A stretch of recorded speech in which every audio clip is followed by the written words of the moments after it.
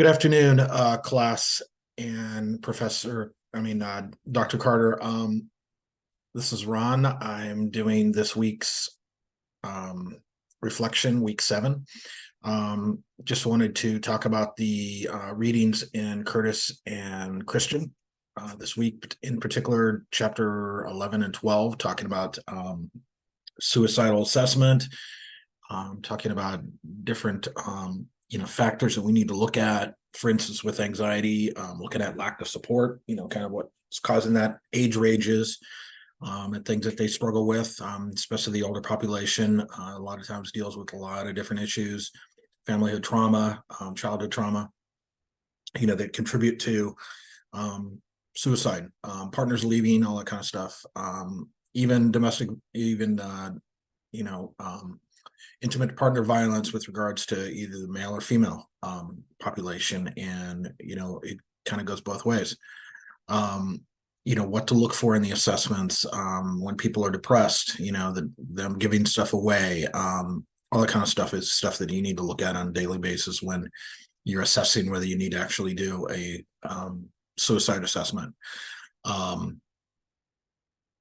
Learned a lot this week. It was really good. I had a client the other day that actually was, that I needed to contact and do an intervention with, when I was doing the assessment with him.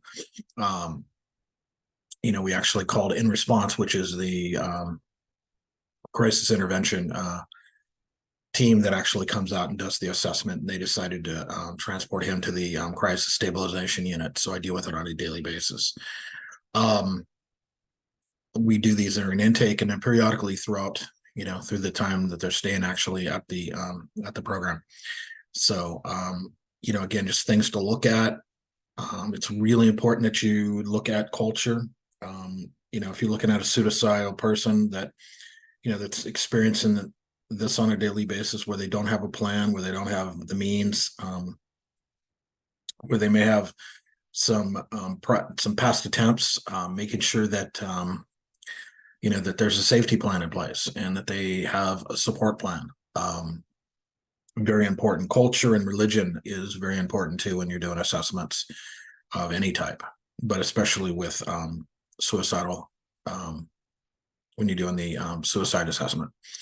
So keeping in mind that, men and women actually handle things differently, with regards to, not wanting to talk to people. So rapport is very important also. So just looking at all those things. Thank you so much and have a great week.